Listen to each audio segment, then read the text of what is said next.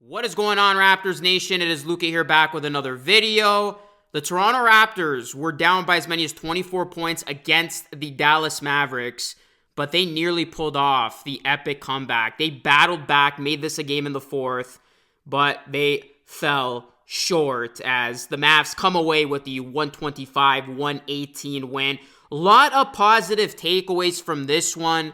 Before I get into it, drop a like on the video, subscribe to the channel if you are new. Let's start with the not so positive. And look, I'm not one to blame officials. I hate doing it. It's a big pet peeve of mine when it comes to sports. But you look at this game, I gotta call it out. I mean, some of these calls were absolutely ridiculous. Like, the whistle was brutal for the Toronto Raptors. And I bring it up because in a game like this, where the Raptors had a chance there at the end, it makes all the difference in the world. The Mavericks, they win this game by 7, but you look at the free throw discrepancy, I mean, it was crazy. The Mavs shot 37 free throw attempts to the Raptors 18. And some of these calls that went against the Raptors, like, you were left just shaking your head. Like, especially in the closing minutes of that game. Like, PJ Washington falls, it's called a foul. That's not called a foul 9 out of 10 times. And then on the other end, Grady Dick, he probably could have sold it a little bit better, but there was a lot of contact on his three-point attempt. No call. He misses. So it's like, you could tell there wasn't an efficient whistle. There were a lot of calls, especially down that stretch, that did favor the Mavs. And then you look at the comparison in terms of the free throw discrepancy, and it says it all. Like, this was a game that did not benefit the Raptors when it came to getting the benefit of the call. And of course, this is a long story with this Raptors team. If you've been following this team for a while, it's one of those things that probably doesn't get talked about enough, but I don't know what it is, but it just always seems to be refs versus Raptors. Like, other times it's not as bad as this, but there are these moments where it's pretty obvious that the referees do not favor the Raptors in some of these games with how they officiate these games. I mean, there's some classic examples. If you go back to last season, the Lakers game, like, these games pop up, and this was not as bad as the Lakers game from a season ago, but this was pretty close in terms of it just being a completely one-sided officiated game, or at least that's how it felt. But anyways,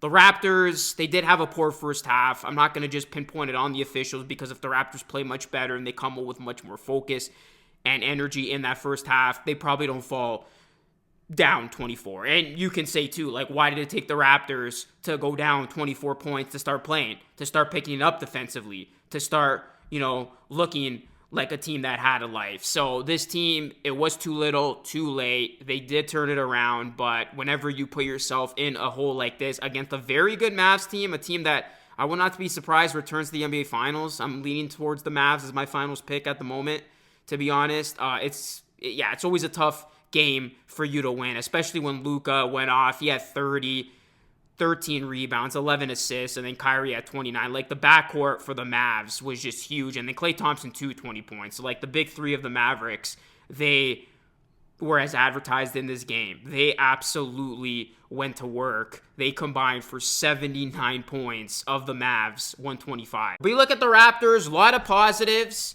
After they got destroyed by OKC, it was nice to see them fight, especially fighting back, because it did feel like they were going to get routed again in their second straight game against a Western Conference powerhouse. But the Raptors, they turned it up a notch in that third, in the fourth, really the second half. They picked up the slack, and there were a lot of good things from this game. Scotty Barnes setting a new career high with assists. He finished with 14. His playmaking was unbelievable in this one. Grady Dick's shooting was on full display. He went off as Grady. He scored 27 points.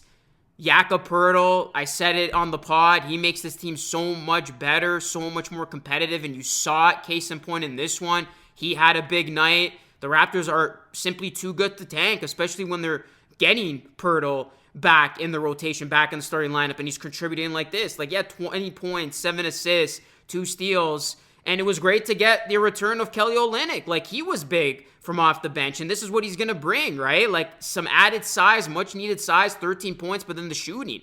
3 for 3 from the field, all 3-pointers. 4 for 4 from the free throw line. So Kelly was big, and the Raptors got great production from that center position, a position that has been very, very thin all season long. So it's nice to get Kelly back, who definitely strengthens that center depth chart. And then Jacoby Walter, I thought his mid-range game was impressive. That was another thing that stood out to me. He did a nice job from off the bench, hitting some shots. He finished with 8 points. Mobo had his second straight nice game. He had 17 against the Thunder the other night, and this one, 8.6 rebounds, 2 blocks, a steal. I love the energy and the hustle he brings from off the bench. So the rookies did a really nice job. A couple of other things that were clear to see, like some big takeaways. Chris Boucher was a DNP, coach's decision, and Rajakovic talked about how guys are coming back and this rotation is going to get healthy. Boucher is going to find himself sometimes playing and sometimes not playing, so he did not suit up in this one. And then the Raptors ended up going with a 10-man rotation. No Jamal Shed. I thought we were going to see him because Mitchell was questionable for this game, but Mitchell did play, but instead the 10th guy ended up being Battle, who logged 4 minutes. So that's just some rotation notes. But going back to the biggest player of the night, Scotty Barnes, he was just really good in this one. 14 assists, 8 rebounds, 19 points. The thing I'll say about Scotty is, and we saw him do more of this, I would say, going into the fourth quarter, was he's an elite playmaker. But I want to see Scotty Barnes get aggressive. I want to see him do more offensively, because we saw it in a game like this when the Mavs have 2 stars, Luka and Kyrie. Those guys get their shots up. Those guys get their offense going. And I know Scotty Barnes loves to get his teammates involved, especially since he's operating the point guard. And maybe that's going to change where he is a little bit more selfish and he takes more shots when Quickly comes back. But you want to see Scotty get those shots up. You want to see him get his offense rolling. And we did see that go into the fourth quarter. Scotty seemed much more aggressive, in my opinion. He hit the back-to-back threes. He tried to get inside.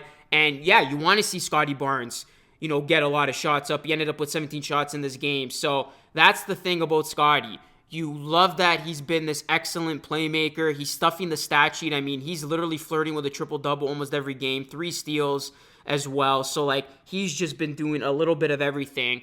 But you want Scotty to also be aggressive offensively, because he is capable of going off and taking over games. We saw it last season. We've seen it in bits this season. You just want to see more of that, because, again, when you look at the greats in this game and some of the elite powerhouses that have those superstar-type players, they do take over a game with their offense. And when they need to be selfish, they do just that.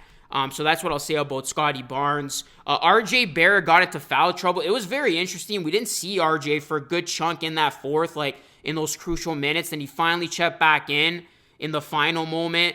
I don't know what happened, for him to not come back into the game sooner. Again, foul trouble did hurt him, but in a game like this, you want to have your best players out there. RJ, 8 for 16. He was efficient. 5 assists, 4 rebounds. So yeah, fouls ended up being the issue for him.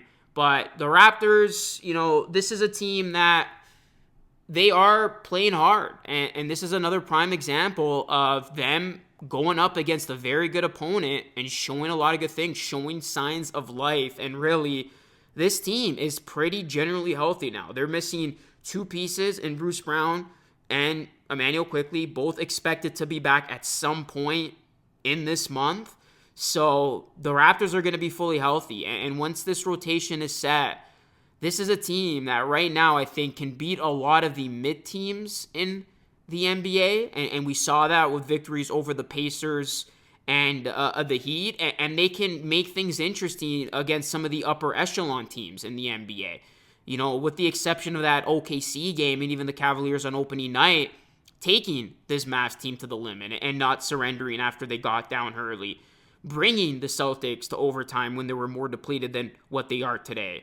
So this team, I think they are too good to tank. Again, you just go back to the tanking narrative because it always seems to come back to that. And if you are a team tank, this is a beautifully executed, ethical tank job where the Raptors do look good, but they end up losing. But it's going to be hard to see this team stay down for long, is what I'm trying to say, unless they, guys get injured or they end up trading Yak. Because we saw it in this one, when Yak's out there, his presence alone elevates this team.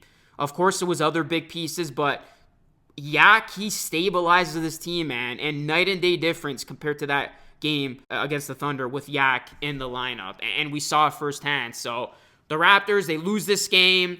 It was fun. A lot of nice play. And we'll see how they look against the Knicks. Another hot team will be coming to town as they continue this homestand. But let me know your thoughts when it comes to this game, guys. Drop a like on the video. Subscribe to the channel if you are new. That is it for me. It's Luke signing off. Thanks so much for watching. I will catch you all again in the next one.